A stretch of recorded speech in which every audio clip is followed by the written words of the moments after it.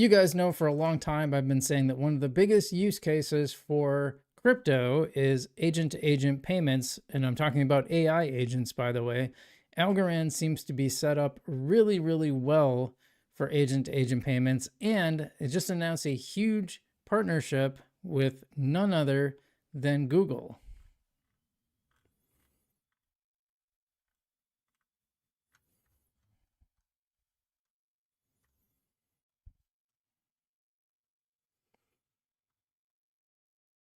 So we talked about this. We talked about the partnership.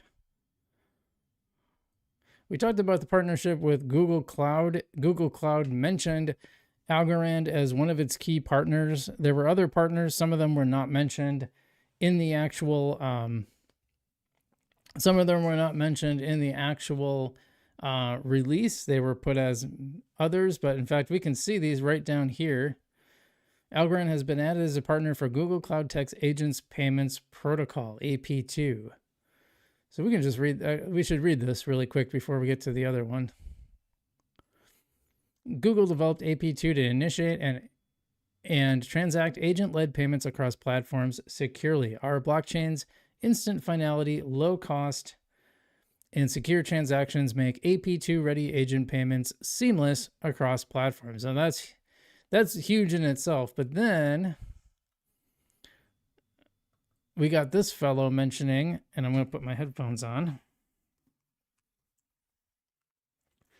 We got the MD of Web3 and digital assets at Google Clouds, James Tromans, spotlighted a demo for the Algorand team showcasing agent payments in action. In case you missed it, Algorand recently partnered with Google on the agents payments protocol. We talked about these, right?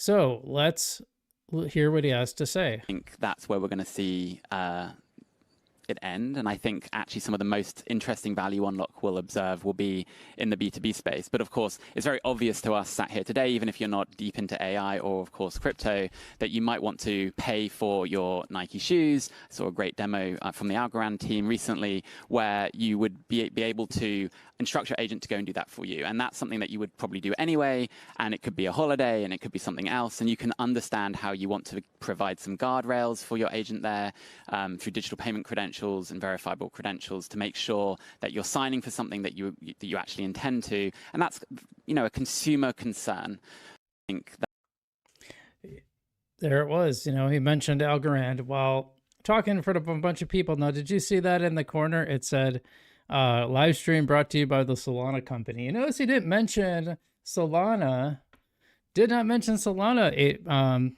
agent-to-agent payments. He mentioned Algorand.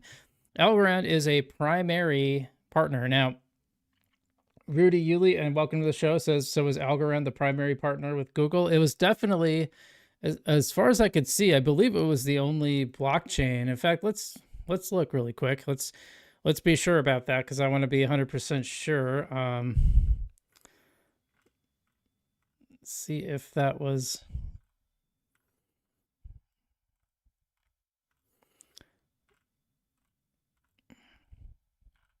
I'm surprised they didn't share that one because it had, let me see, hold on. I really want to get this right because I think this is important, but Google, go Google Cloud. Hopefully this is the one that mentioned it. Otherwise, yeah, here's the enterprise. I think this is it, isn't it? No, that's not it. Hold on. It looks very similar to that.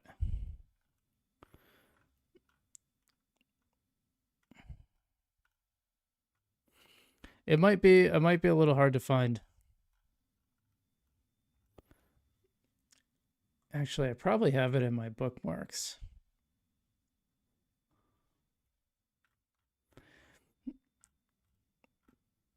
I gotta have it in here. I'm sure I do. Wait. Nope. Well, anyway, it looked very similar to that other one, but it was boy, that's annoying. I hate when you can't find stuff like that. Maybe it was on Google's main page. I don't know. Anyway, yeah, they're one of the big partners. They were actually mentioned on that little graphic like I showed you on the other one. And they said other partners, and I think there are probably other blockchain partners besides Algorand, but Algorand, as far as I know, is the only one mentioned on there. And, you know, a big thing about that is that Algorand, you know, we had the CMO, Mark, who took a picture, showed a picture of, yeah, top and center, exactly, green, blue, exactly. They were top and center. We had Mark sharing a picture of him and some of the other Algorand folks like Min outside the Google headquarters, and a lot of people were like, wait, what is that all about? Well, now we know. This is what it's about. Pretty fascinating. So yeah, that's one of the things we want to talk about, because I think the fact that they got mentioned there is a big deal. Now we covered that demonstration, by the way. I thought it was so cool. I mean, you just had the agents going and negotiating a price and then making the payment, all without any human intervention. That's going to be a big deal going forward for sure. Now, I thought this was interesting. This is from D13, Algorand Sustainability Proposal, Backrun Only MEV. Now, if you don't know what MEV is, it's basically a way for a lot of people can kind of front run transactions and get, you know, big transactions and get profits. This one redirects those profits to block proposers and fee sync without harming UX.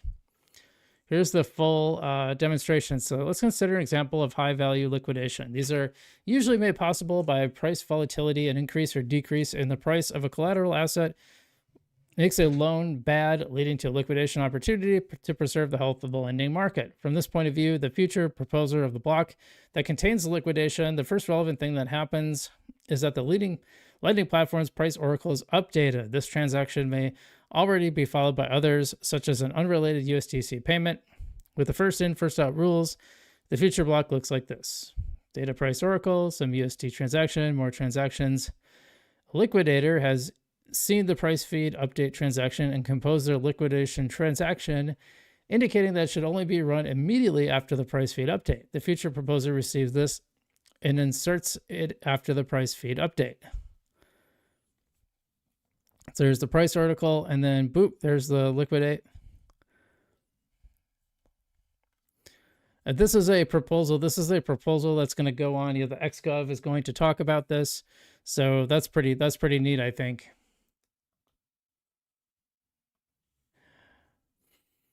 Now one thing I wish more people would do is say, well, this is what this means for the average user. This is what I guess what it does is, it's going to redirect profits to block proposers, stopping some of that front running from going on.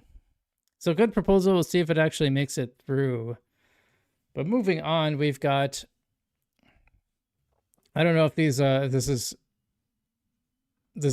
are distracting for you guys, but the new iOS Pera wallet update is here, and the update brings a major update to our in-app swap, including redesigned interface, streamlined flows, and smart defaults for a smoother swapping experience. Fiat inputs, enter amounts in fiat by default for easier calculations. Swap history and top pairs. View your recent swaps or top trading pairs at a glance. Flexible routing options. Automatically get the best rates or manually select the preferred router via Pera. That's the acronym. Rolling out on the App Store. Download now. So I will tell you, my phone is so old that I really can't judge it, but I'll say I was not able to complete a swap when I tried to on my phone the other day. So I'm a little disappointed by that, but I think that's just how it goes sometimes, because I have an iPhone 8, which I just cracked the screen on. So probably gonna have to update that to, I think I'm gonna go with a 12. I was a little bit behind. I find if you wait like a few generations, they tend to get like way better, and you get them for still a really good price. I think the iPhone 12 is like 175 right now. The mini has a bigger screen than my 8, so pretty cool though, huh? I mean, they're just always building, and I like that. They're always making new stuff, and this is what you want to see from your wallets. You really want them to take off. So very happy to see that. I gotta share that, by the way. Anyway, we got more, because we got Algorand, Stacy Ward. I know I got some. I tell you, she's got some haters, man. She's got some haters. The whole foundation has some haters. Let's be honest. She's following me. I tried to get her on the show. She wouldn't come on. She's, I even said like 8 Pro was the zenith, unfortunately. Yeah, I know. The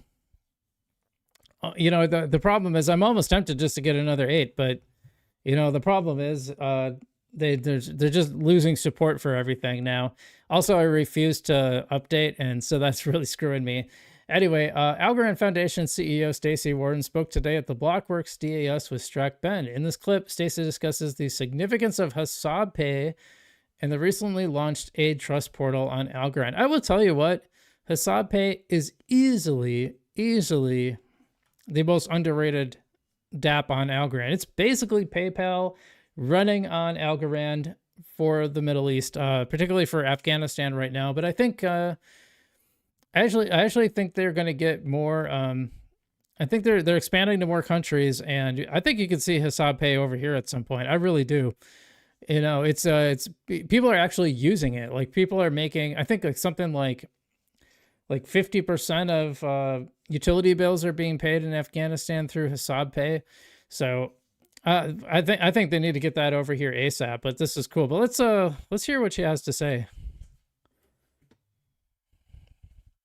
I see that in practice at Algorand Foundation, maybe as you're kind of, welcoming traditional finance, but also, like you said, trying to keep that ethos of crypto. Yeah, so we have a couple of products that we work very closely with banks on, right? So one in particular, we do all of the kind of humanitarian aid payments into Afghanistan, right? And so this is a digital Afghani. We partner with a bank in Afghanistan. The Afghani central bank keeps a very heavy thumb on what is happening in and out of their country. Meanwhile, they're under sanctions, and so nobody wants to, save the children, or the UN, World Food Program, or whatever, has a hard time sending money into Afghanistan. But we were able to partner with banks and regulators and say, with Hasab Pay, it's not an Algorand company, it's built on Algorand, but they're their own company, of course. And they say, look, we can show you where the money is going because this is on Algorand. So they sort of in a backdoor way. Hey, that's a really key point, by the way. That's not to be ignored. Like the transparency layer that you have with something like Algorand, it's actually really great for stuff like following the money, especially for nonprofits. Make sure you know where the money is going, and it would be great for governments too. I'm just saying, awesome for governments. Anyway, let's take it home, Stacey. Showed the value of being on a blockchain because they had this transparency on the ledger, and then we took it a bit further and said, okay, aid flows there's just and President Trump complained, we shut down USAID, for example. So why don't we build an aid transparency portal on the back of it that's very Web 2, very easy to see.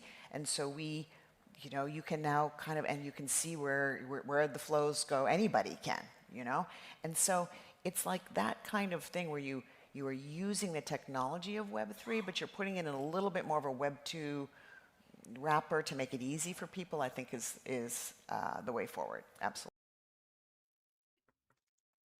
Yeah, she mentioned that wrapper. I think what's really important is that a lot of these companies, they're not going to want to deal with the blockchain itself. They're going to want to deal with, they want to do the front end stuff. They want the blockchain to just work. They don't want to deal with it. That's where I think Algorand could actually come through and offer this as a service. This could be the big thing for Algorand to actually bring in revenue, and then they can start doing what Chainlink is doing and start taking some of that Algorand or some of that revenue that they're bringing in and start putting it into an Algorand reserve fund, just like Chainlink does. I think that'd be awesome. Let's see, we got more. Yeah, I think this is pretty cool. And by the way, it got almost, I think we had 30 some viewers at one point. I don't know how many we got right now, but only 9 likes. So if you haven't hit the like button already, I would love you to hit that like button. If you're watching after the fact, you can do that as well. I think this is kind of neat. So this is Space Miner coming to the Realms, which, speaking of the metaverse, Realms is the metaverse built on built on Algorand, calling it a cross-chain virtual world. Interesting. I still haven't seen the virtual world part, but we're seeing some games on it, including this little space miner game coming next. Mine space rocks, bring them back to Earth, and trade them for Nico. By the way, speaking of games, we had Ghetto Pigeons founder on deck, and so you should check that out on the live tab. You can find that video.